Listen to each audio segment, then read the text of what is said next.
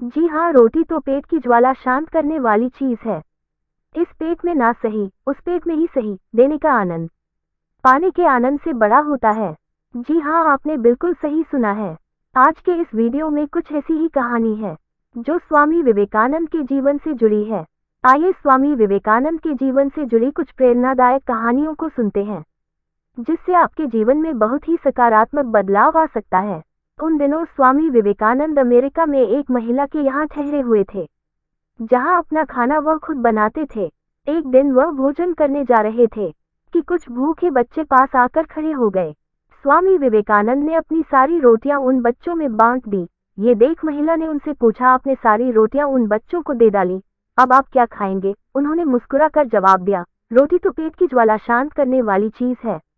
इस पेट में ना सही, उस पेट में ही सही देने का आनंद पाने के आनंद से बड़ा होता है। एक बार बनारस में एक मंदिर से निकलते हुए विवेकानंद को बहुत सारे बंदरों ने घेर लिया। वे खुद को बचाने के लिए भागने लगे, लेकिन बंदर उनका पीछा नहीं छोड़ रहे थे। पास खड़े एक वृद्ध सन्यासी ने उनसे कहा, रुको और उनका सामना करो। विवेकानंद तुरंत पलटे और बंदरों की तरफ बढ़ने लगे।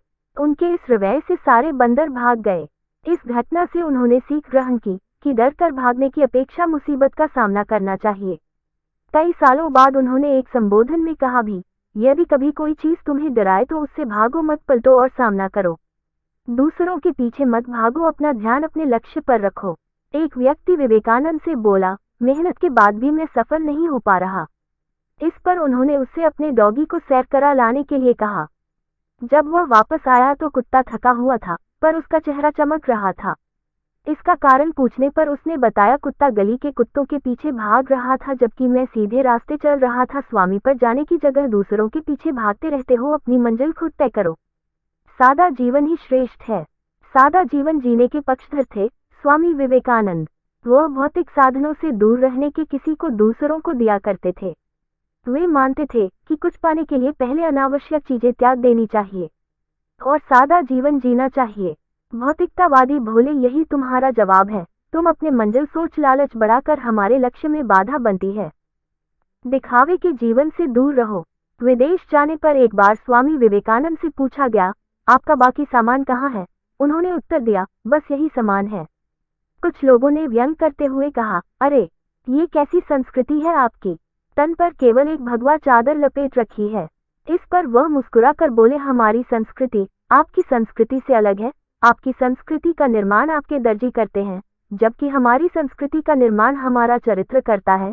संस्कृति वस्त्रों में नहीं, चरित्र के विकास में है। इससे हमें सीख मिलती है कि बाहरी दिखावे से दूर रहकर अपने चरित्र के विकास पर ध्यान देना चाहिए। स्वामी जी और विदेशी महिला। स्वामी जी से जुड़ा एक रोचक प्रसंग है। शिकागो विश्व धर्म सम्मेलन के भाषण के बाद विवेकानंद जी विदेशों में काफी लोकप्रिय हो गए थे। उनके वेदांत दर्शन से प्रभावित होकर हजारों लोग उनके शिष्य बन गए थे। उसी समय एक विदेशी महिला उनसे भेंट करने भारत आई। काफी देर बात करने के बाद वह विदेशी महिला विवेकानंद जी से बोली, स्वामी जी क्या आप मुझसे शादी करेंगे? इस पर वे चौंक गए और मुस्कुराने लगे। फिर बोली, देवी ऐसा नहीं हो सकता, क्योंकि मैं ब्रह्मचर्य का पालन कर रहा हूँ।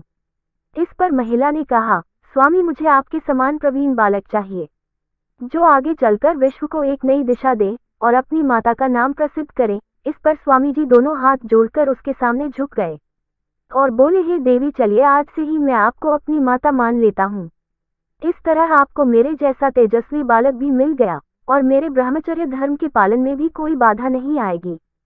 स्वामी जी का यह उत्तर सुनते ही वह महिला भाव विभोर हो गई तथा उनके पैरों में गिर पड़ी। वह सचमुच महान थे। एकाग्रता का रहस्य। स्वामी विवेकानंद और जर्मनी के संस्कृत भाषा के विद्वान प्रोफेसर पॉल डायसन संस्कृत साहित्य पर चर्चा कर रहे थे। किसी कारणवश प्रोफेसर साहब को उठकर बाहर जाना पड़ा। स्वामी जी पास पड़ी एक किताब उठाकर उसके पन्ने पलटने लगे। वह किताबों का संकलन था। वे उसे पढ़ने में लीन हो गए। थोड़ी देर बाद प्रोफेसर डायसन अपना काम निपटा कर लौट आए, लेकिन स्वामी जी किताब पढ़ने में इस कदर खोए थे कि डायसन के लौटने का उन्हें पता ही नहीं चला। कुछ देर बाद डायसन को लगा कि स्वामी जी जानबूझकर उन्हें नजरअंदाज कर रहे हैं। पूरी किताब पढ़ने के बाद जब स्वामी जी ने अपनी गर्दन ऊपर उठाई तो डायसन को सामने बैठकर इंतजार करता पाया। वह बोले, क्षमा कीजिएगा, मैं पढ़ रहा था, इसलिए आप कब आए इसका पता ही नहीं चला। स्वामी विवेकानंद द्वारा माफी मांगने के बावजूद डायसन के मन का मलाल खत्म नहीं हुआ। उन्हें यही लगता रहा कि स्वामी जी ने जानबूझकर उनकी उपेक्षा की। स्वामी विवेकानंद उनके मन का भाव जान गए। उन्हें दुख हुआ। डायसन को यकीन दिलाने के लिए वो किताब की कुछ कविताएं सुनाने लगे, लेकिन इसका उल्टा असर हुआ। कविता की पंक्तियां सुनने के बाद डायसन ने कहा, लगता है आपने ये किताब पहले भी पढ़ी है। डायसन के इस तरह सोचने का कारण ये था कि 200 पन्नों वाली किताब कोई व्यक्ति इतने कम समय में नहीं पढ़ सकता था। वह बोले, किताब की सारी कविताएं आधे घंटे में याद हो जाना मुमकिन नहीं है। इस पर स्वामी विवेकानंद ने कहा, मिस्टर डायसन, जीवन में सबसे महत्वपूर्ण है एकाग्रता। एकाग्रता जितनी अधिक होगी आपका समय उतना ही कम लगेगा या काम का परिणाम उतना ज्यादा।